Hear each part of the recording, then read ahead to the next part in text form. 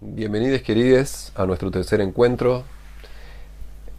Hoy vamos a estar buceando un poco en las significancias de las arcanas de la corte, las figuras de la corte. Este es un grupo que a la vista podemos clasificarlo como el tercer gran grupo del tarot, ¿no? Las arcanas mayores, las arcanas menores numeradas y las arcanas menores figuras de la corte. Este es un grupo bastante especial porque tradicionalmente hay muchas vertientes de interpretación sobre estas arcanas puestas. Lo que podemos decir en un primer momento es que en lecturas estas van a necesitar que tengamos un tipo de familiarización con el sistema o con la estructura que estamos tomando para leer.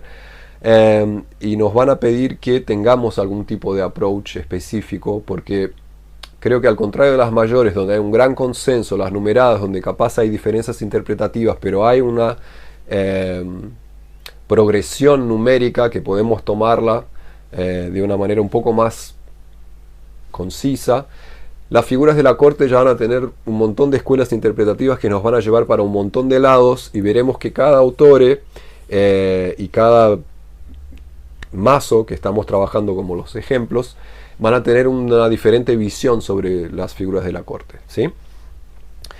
Lo que vamos a ver es que podemos decir que las figuras de la corte pueden ser representaciones de personas que están en nuestra vida, ¿no? Entonces cuando aparece la figura de la corte en una lectura, lo que nos está indicando es de que hay alguien exterior a le consultante que está presente para responder o para traer algún tipo de tensión o resolución para esta cuestión que está siendo preguntada. Para la pregunta se hace presente una persona en la vida.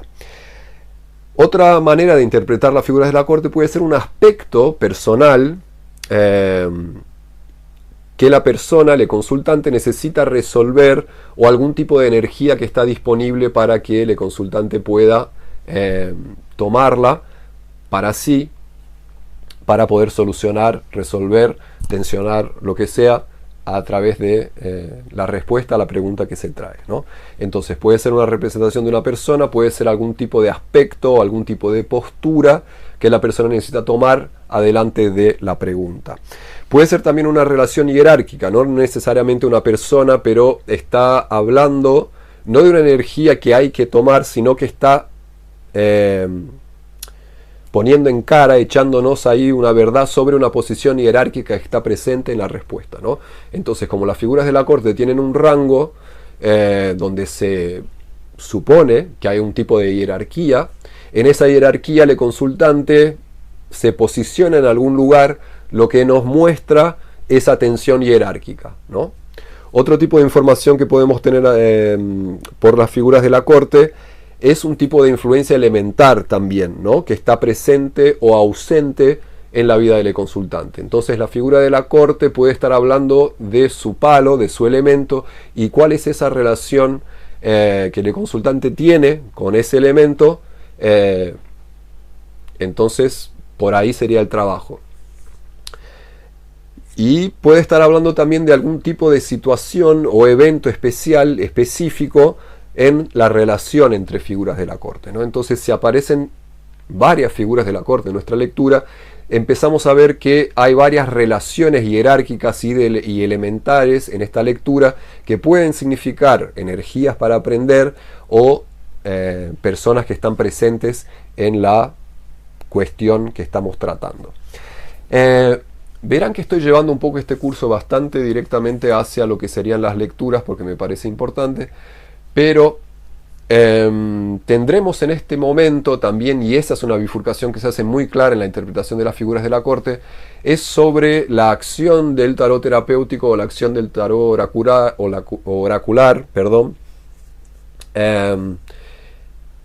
porque creo que hay una versión interpretativa del tarot que dice que como el tarot es terapéutico, todo lo que se ve desplegado siempre habla como espejo de lo que el consultante está trayendo, ¿no? Entonces todas las figuras de la corte hablan de figuras metafóricas o psicológicas que quien consulta tiene que aprender a lidiar con, ¿no?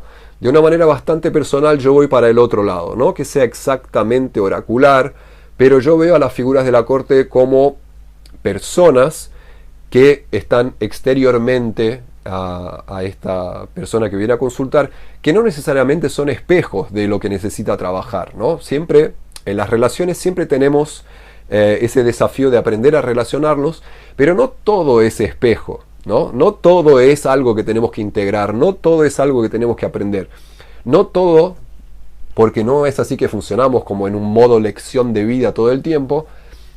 Las figuras de la corte a veces vienen a mostrarnos acciones que otros tienen bajo su vivencia, ¿no? Y de cómo estamos en esa relación con eso y lo que representan para nosotros esas personas, ¿no? No como espejos, pero como partes exteriores a nuestra vida que pueden enseñarnos, pueden traernos cosas buenas o cosas malas, pero yo las leo siempre como, acá hay alguien, una persona posta, encarnada, que tiene juego y tiene voz y tiene acción en esta pregunta que está trayendo el consultante, ¿sí?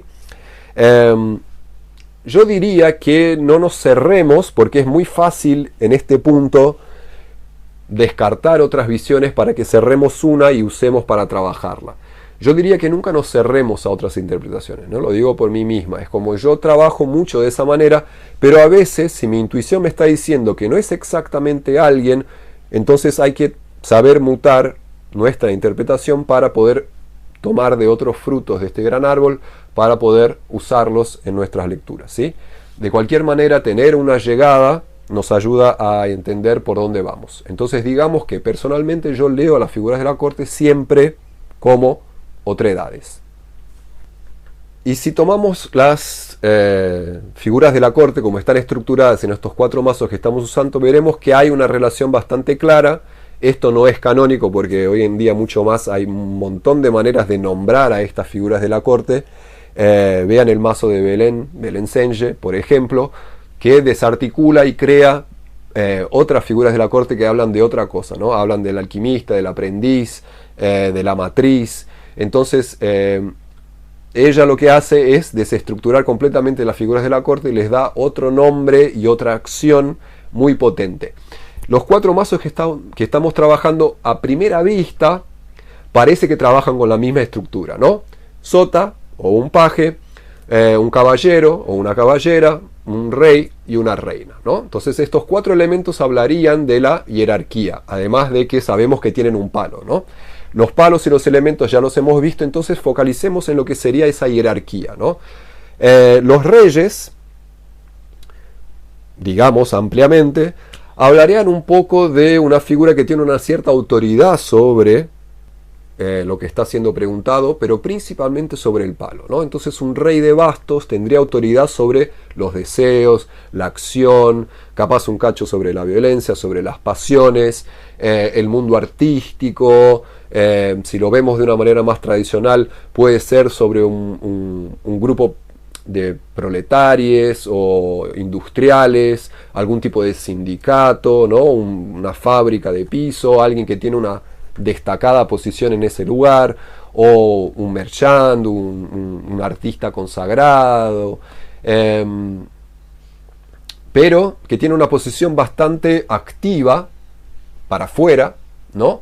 Y tiene un camino conocido. Por ahí irían los reyes, ¿no? Las reinas también tienen mucha autoridad, y esto estoy empezando re tradicional, ¿eh? Las reinas también tienen una autoridad, pero la tienen un poco más introspectiva. Son más empáticas, trabajan un poco más la intuición para tener esa regencia. Son más disuasivas, también más cariñosas, más maternas, ¿no? Los reyes más paternos. Pero con un grado de autoridad y de conocimiento del elemento bastante abusado y agudizado, ¿no? Los caballeros, tradicionalmente, tienen una posición conflictiva, ¿no? Los caballeros, porque están montados en caballos, tienen una velocidad diferente que estos otros dos que vimos, ¿no? ¿Qué es lo que hace? Entonces hacen con que el elemento que están representando tenga una posición más polarizada. Van de un lugar a otro con una rapidez mayor. Al mismo tiempo que traen conflicto. Esa rapidez trae una idea de un conflicto, ¿sí? Y veamos ya que si podemos también posicionarles una cierta edad, si queremos, a los reyes y reinas, y los caballeros ya serían un poco más, un ímpetu más juvenil, ¿no?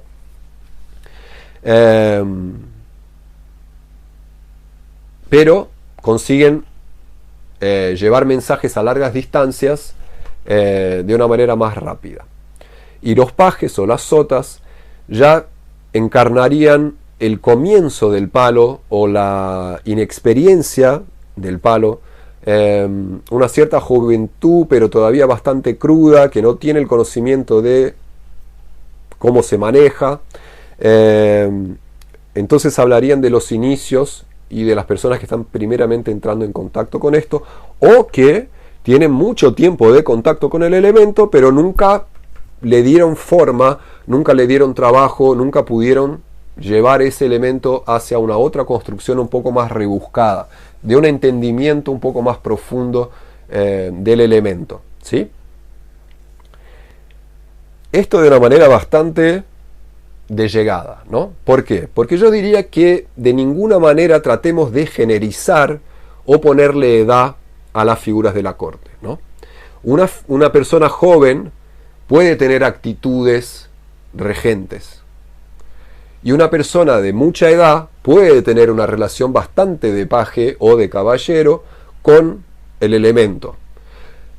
Las reinas nunca hablan de un género específico, sino que están hablando de un posicionamiento perante otros con esta regencia de este elemento.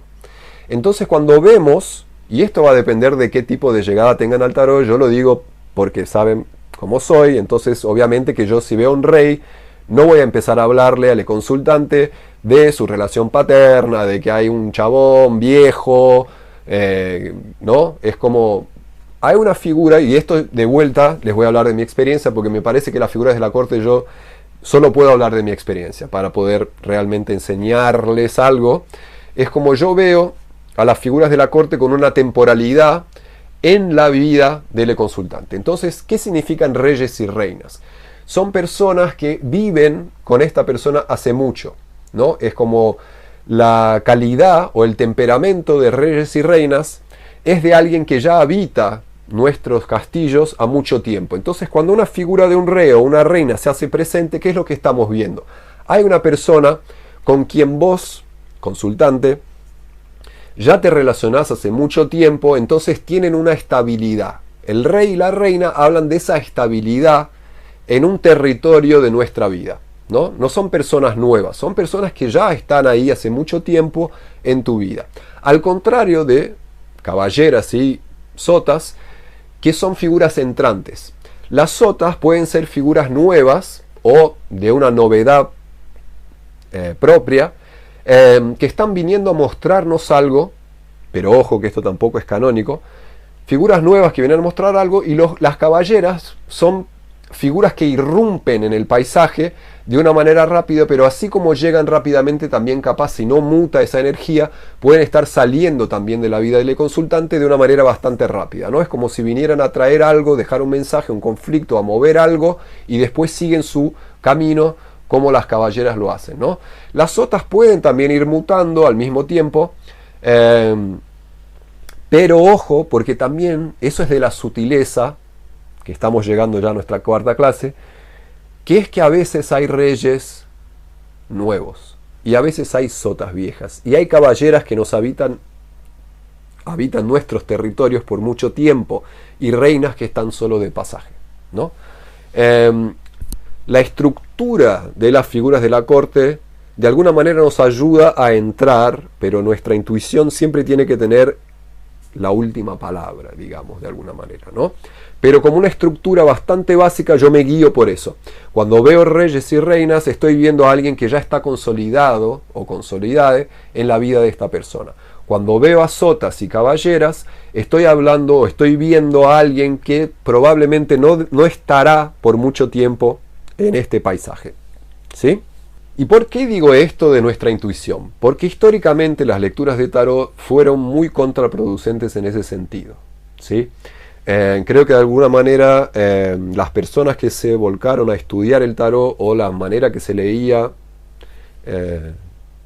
antiguamente, ponele, trataba de hablar muy específicamente de quién eran estas figuras de la corte, ¿no? En grados muy absurdos de identificación de las energías que están puestas, ¿no? Entonces no solo se generizaba los reyes, las reinas, los caballeros y las sotas, sino que se les daba edad también, ¿no? Los reyes siempre representaban hombres maduros, las reinas siempre representaban mujeres maduras, los caballeros eran hombres jóvenes y los pajes eran hombres o infancias, ¿sí? Pero se decían también que los palos, ponele, los palos de fuego hablaban de personas de tez blanca y pelos rubios o pelirrojos. Los oros hablaban de personas de tez un poco más morena y pelo negro, ¿no? Ciertas reinas tenían papeles muy determinados como la hermana, la prima, la amiga de la mujer, la suegra, la viuda, ¿sí? Ciertos caballeros hablaban de algún tipo de función social también, ¿no? Algún tipo de aprendiz o un herrero, un comerciante, un juez, en el caso del rey de espadas, ponele. Todo eso nos sirve para que tengamos esa información presente sin estagnar la energía de lo que eso se representa. Y lo que a mí me parece que históricamente se hizo fue estagnar de una manera muy pesada estas figuras de la corte, llegando a esos absurdos, ¿no? Donde si de repente abro en tu tirada a un rey de espadas, estoy hablando de un hombre caucasiano, cisgénero, de edad aproximada de 35 a 65 años, que desempeña una función de abogado o de juez y va a estar trayéndote algo o vas a encontrar a esta persona en algún momento.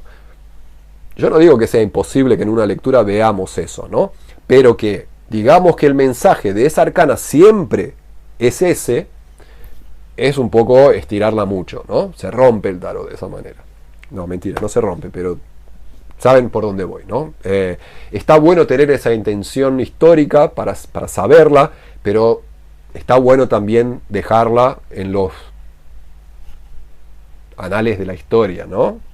Ponele. Lo que hay que hacer mucho, y es el primer ejercicio que vamos a hacer, que nos va a llevar a nuestra cuarta clase después, que es con las figuras de la corte, nos están pidiendo que nos fijemos un poco más en la imagética, ¿sí?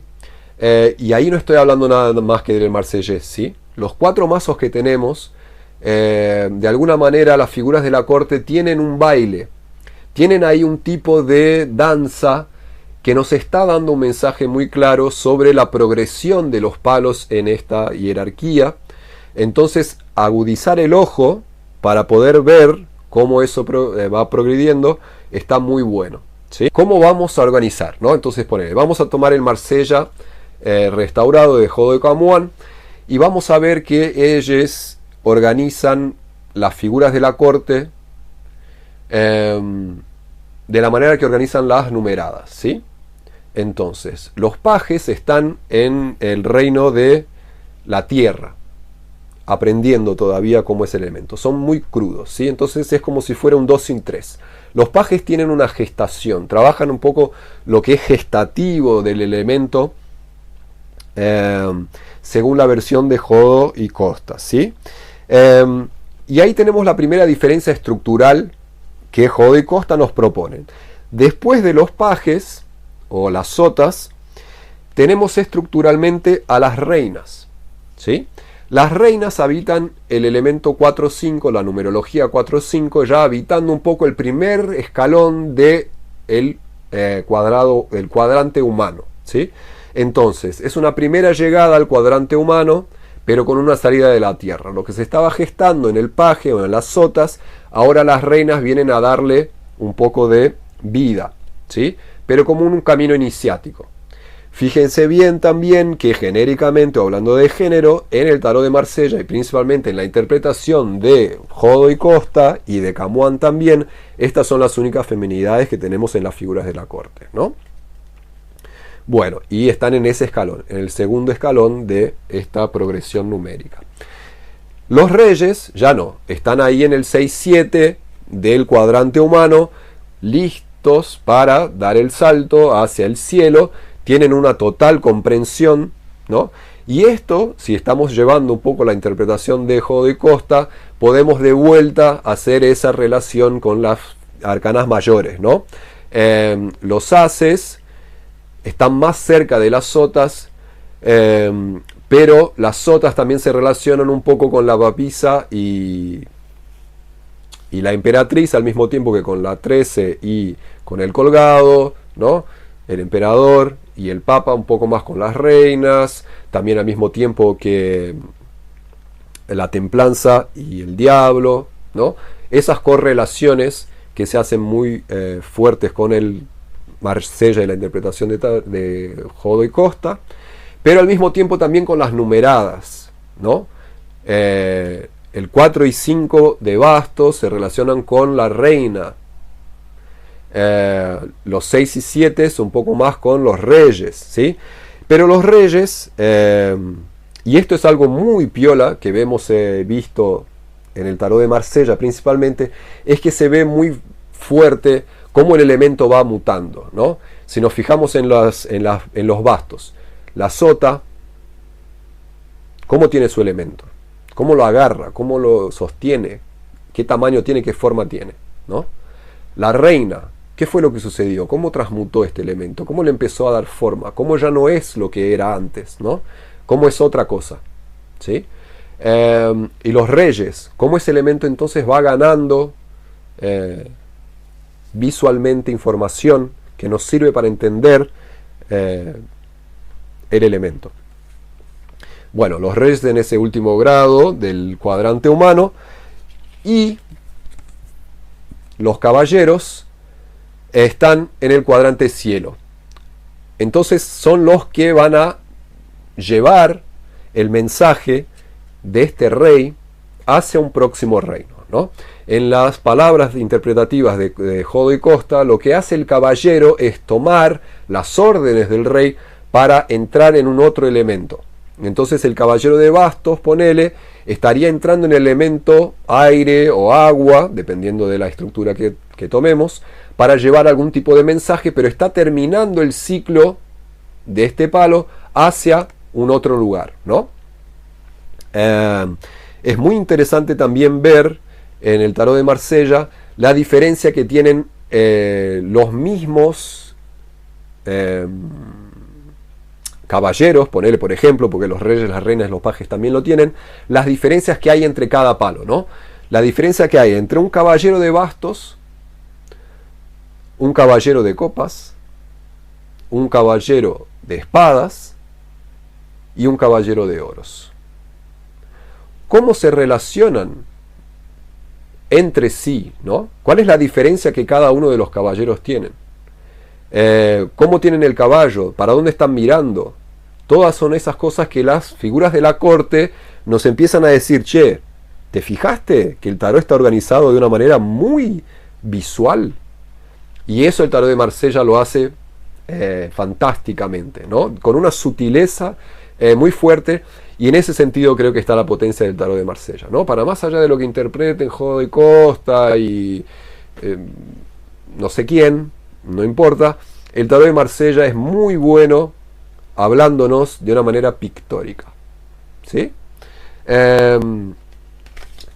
Y en ese sentido a mí me gusta mucho percibir cómo el caballero de oro tiene un basto, ¿no?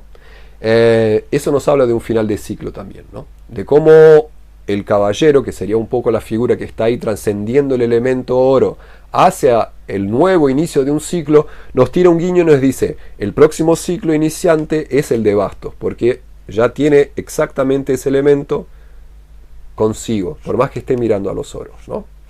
Bueno, esa sería un poco la estructuración del tarot de Marsella según Jodorowsky y Marian Costa. ¿Por qué? Porque Pablo Robledo también estructura, que trabaja mucho con el tarot de Marsella, pero estructura de la misma forma, pero nos habla de una otra poética, ¿no? Entonces nos dice que las sotas están afuera del castillo del palo. Los ases son el castillo, ¿no? Entonces tomemos el as de bastos, por ejemplo. El as de bastos es el castillo, el elemento puro en su gran esencia. Las sotas o los pajes están afuera de este castillo, tratando de indagar sobre el elemento. Las reinas están adentro del castillo, en el jardín, cuidándolo. Entonces cuidan de la materialidad o de la potencia, son las que pueden llegar a materializar esta potencia. Son las agentes de crecimiento de este elemento. Los reyes están en la torre de este castillo superiormente mirando sus dominios, ¿no? Entonces los reyes hablan de quién tiene el dominio total del elemento. Y los caballeros son de vuelta mandantes del rey que están accediendo hacia un otro reino. Entonces tenemos ahí esa estructura que Pablo Robledo nos habla, que no es numerológica o tiene la misma visión que Costa y Jodo nos proponen, pero es parecida pero diferente. Entonces tomemos a Pablo Robledo también como uno de los que pensaron cómo se estructuran estas figuras de la corte. Si tomamos el tarot de Pixie, veremos que al contrario de lo que dicen Jodo y Costa, la estructura de las figuras de la corte es sota, caballeros, reinas y reyes, ¿sí? Los caballeros no ganan ese aspecto superior, por más que sean también mensajeros, pero quien detiene el grado más alto de esta jerarquía son los reyes, ¿no? Y en ese sentido, la interpretación es muy parecida, pero tenemos un grado jerárquico diferente. Y creo que esto es para pensar, ¿no? ¿Qué es lo que nos lleva a pensar? ¿Cuál es la jerarquía? ¿Existe una jerarquía? ¿Hace falta una jerarquía? ¿El conocimiento siempre se estructura de manera jerárquica? ¿Hay un tipo de conocimiento un poco más horizontal o un poco más orgánico? O algo que sea un cacho diferente de algo vertical. ¿Existe ese tipo de conocimiento? No sé. No tengo la respuesta, pero está bueno indagar cuando vemos que hay tantas diferencias estructurantes en una interpretación de unas mismas cartas, ¿no? Si se pueden organizar de tantas maneras, capaz todas las maneras son válidas, ¿no?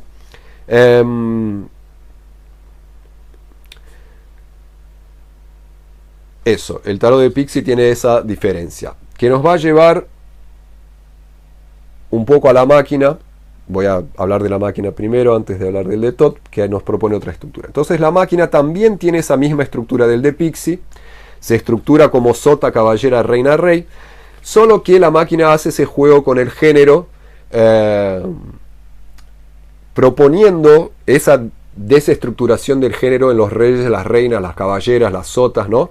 Verán que las sotas normalmente son masculinidades, si las vemos y las interpretamos de una manera imagética, pero las sotas tienen una potencia que ningún otro grado jerárquico tiene, ¿no? Las sotas tienen un contacto más fuerte con el elemento, de una manera más cruda, entonces son capaces de hacer cosas que los reyes, teóricamente el grado más avanzado, no pueden. ¿Por qué? Porque desconocen los límites de este elemento. Eso es lo piola de las sotas en la máquina, a mí me parece, porque traen una potencia que ningún otro grado jerárquico puede tener. Y en ese sentido, bueno, entonces, ¿de dónde? ¿Qué? Entonces son más potentes que los reyes. Ponele, pero al mismo tiempo son más capaces de catástrofes en ese elemento porque no conocen los límites de ese elemento. Entonces son más propenses a accidentes, a que les vaya mal, a que se equivoquen con la proporción del elemento, ¿no? De cuánto se usa. Pero pero en un grado de suerte o en un golpe de suerte son capaces de hacer cosas que la experiencia no podría. Entonces, ojo, las sotas en la máquina hablan un poco de ese detalle. Las caballeras normalmente hablan de un grado polar, y la polaridad en ese sentido nos trae la idea de un tipo de relación no tan sana con el elemento, ¿sí? Es como si las caballeras trabajaran de alguna manera las sombras, o sea, como pueden transitar de un lugar a otro y todavía están muy cerca de la potencia de la sota, porque yo las estructuro sota, caballera, reina, rey, estructuro, ¿no? Ponele, tienen un conocimiento, pero ese conocimiento las lleva a no equivocarse tanto, pero aprendieron a manipular el elemento para su beneficio todavía. Entonces tienen una inmaturidad todavía de vivencia. Esa experiencia ganada la usan para su propio beneficio, ¿sí? Entonces son peligrosas las caballeras, porque están trayendo siempre algún tipo de conflicto, porque saben muy bien manejar el elemento, pero no lo hacen de una manera tan piola, ¿no? Entonces la experiencia ganada, que la sota podía pegarle con suerte, las caballeras no. No es por suerte, es por conocimiento, pero todavía para beneficio propio. Entonces las caballeras normalmente son medio complicadas cuando aparecen. Las reinas, y en esto hay un juego, porque las reinas y reyes en algunos elementos se alimentan y se ayudan, en otros no se ayudan, dependiendo del elemento que estamos viendo. Las reinas son la manifestación más piola del trabajo de este elemento, superando a los reyes, porque los reyes para mí es como si las reinas hablaran un poco de la superación de esta problemática de las caballeras. Entonces yo tengo sí el dominio del elemento, y no lo uso para beneficio propio, sino que lo uso para beneficio de todos. Yo esta experiencia que la tengo, la uso para sanar, la uso para crecer como comunidad, la uso para ayudar a otros. Entonces las reinas tienen ese papel, ¿sí?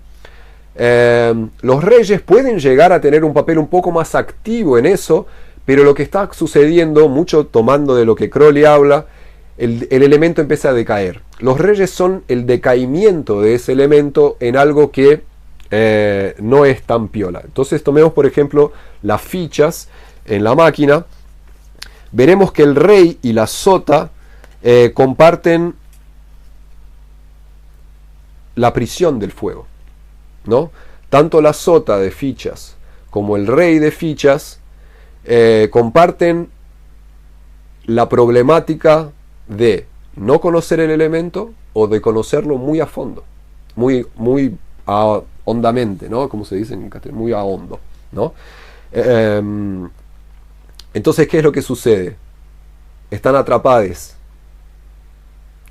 y no lo ven en ese elemento, porque lo dominan tanto o no lo dominan, lo quieren conocer y quieren tanto o lo conocen tanto que ya es parte de su cotidiano, de su armadura cotidiana, sin que lo perciban, ¿no? Eso puede suceder con los reyes, no en todos, porque ponele Pixie es el rey de Vix, pero ahí yo quería hacer un juego con la reina de Vix, es de las figuras de la corte, la viuda, porque eso me quedó a mí desde siempre que estudié las arcanas de la corte, me quedó como la reina de espadas es la viuda. Entonces en la máquina la reina de espadas es la viuda, y es el rey que habla de ese elemento aire puesto a función de lo social, ¿sí? Con Pixie. Entonces, si van a estudiar las figuras de la corte de la máquina, yo diría que bueno, no se estructuren mucho, porque no sirve de esa manera. Y ya Crowley nos propone un otro tipo de estructura. Tenemos todavía el rey, la reina, caballero y la sota, pero ya con otra. Son dos grupos de pares genéricos, ¿no? Masculino-femenino. Pero lo que sucede es que en el tarot de Crowley, los caballeros son los reyes. Los reyes son quienes montan ese caballo. Entonces, si tomamos un poco la estructura de Jodorowsky o de Pablo Robledo, veremos que el rey mandaba al caballero a hacer la guerra, ¿no? Crowley, de una manera bien medieval, ¿no? Toma esas ideas y dice, no, pero el rey tiene que ir montado en el caballo. Es el rey que comanda el ejército, no lo comanda del castillo. Y ojo, ¿no? Esto como es un gran salto, que el rey es el que de su castillo manda que otros vayan a la guerra. Qué rey cobarde ese, ¿no? Bueno, en el de Crowley, y esto es nada como anécdota, ¿no? No escriban eso. Los caballeros son los reyes, pero son los reyes que inician. Entonces esa primordialidad del elemento más crudo, más cerca de los haces, ¿quién tiene ese poder? Los reyes. Pero los reyes van a caballo y abren las figuras de la corte, ¿sí? Entonces cuando vemos a los caballeros en el de Thoth, el libro de Thoth, son los reyes. Entonces nos están hablando de esa primera energía que está muy conectada con los haces. Y después de los caballeros, porque no hay reyes, verán, ¿no? Están caballeros, reinas, príncipes y princesas en el libro de Thoth. No hay reyes. Entonces, abrimos con los caballeros, después de los caballeros vienen las reinas. Las reinas toman ese palo y lo empiezan a trabajar. Lo van trabajando, lo van metamorfoseando, lo van introyectando, lo van moldeando y le van haciendo una diferenciación. ¿Qué es lo que la reina hace? Lo pasa a su descendencia. ¿Y quién desciende primero de la reina? El príncipe. Y el príncipe, como su padre, porque el libro de Thoth es patriarcal, no podemos dejar de decirlo, el príncipe toma entonces este elemento trabajado por su madre y lo pone de vuelta en una manera activa, ¿no? Vean ahí cómo viene la cadencia, actividad-pasividad, ¿no? Porque también normalmente los príncipes están en un carro, tienen ahí un carruaje, que es diferente del caballo de su padre, porque ahora tienen un vehículo para accionar con este elemento. Entonces los príncipes serían un poco el elemento más activo, el grado más activo, más pungente, más conquistador y al mismo tiempo más trabajado por la energía de la madre, más rebuscado también, ¿no? Hasta este punto. Y el grado más superior, y esto Crowley lo dice, de los elementos de la figura de la corte son las princesas. ¿Por qué? Porque los reyes y las reinas y hasta este príncipe guerrero, lo que sucede es que le anteceden en edad.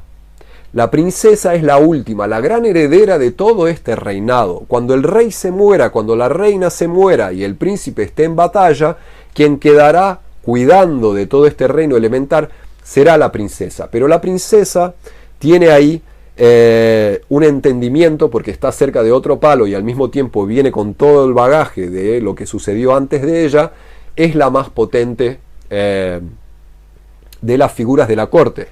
Y eso es un juego que Crowley hace que es muy piola en poner no al rey como el grado más rebuscado, sino que Crowley hace una cierta inversión y pone a la masculinidad como una base firme en donde la feminidad pueda germinar, ¿no? Que es un poco, y esto nada más le da hasta este punto, ¿no? Porque el resto, creo que eso es lo interesante de las figuras de la corte. Interpretativamente no tienen el trabajo extenso que tenían las arcanas mayores, que eran todas siempre conectadas con la alquimia, con la masonería, con la cábala. Entonces llegaba hasta la aurora dorada, de donde era Crowley, tenía una cartilla que seguir, ¿no? Tenían muchas cosas escritas sobre. Y Crowley se permite un poco una poética en las figuras de la corte, y a mí me gusta mucho cómo estructuró eso. Me permitió a mí también jugar con todo eso en la máquina. Entonces las figuras de la corte, si van a usar el libro de Thoth, fíjense en esa estructura que tienen. Bueno, queridos, y esto nos llega a agotar lo que las figuras de la corte hablan, la verdad, ¿no? La profundidad que puede tener a llegar las interpretaciones de la figura de la corte es inmensa. Y esto estamos tratando de 4 autores que tenemos acá, o 4 visiones de ciertos 4 mazos, porque en las figuras de la corte hay un juego tremendo que se hace siempre.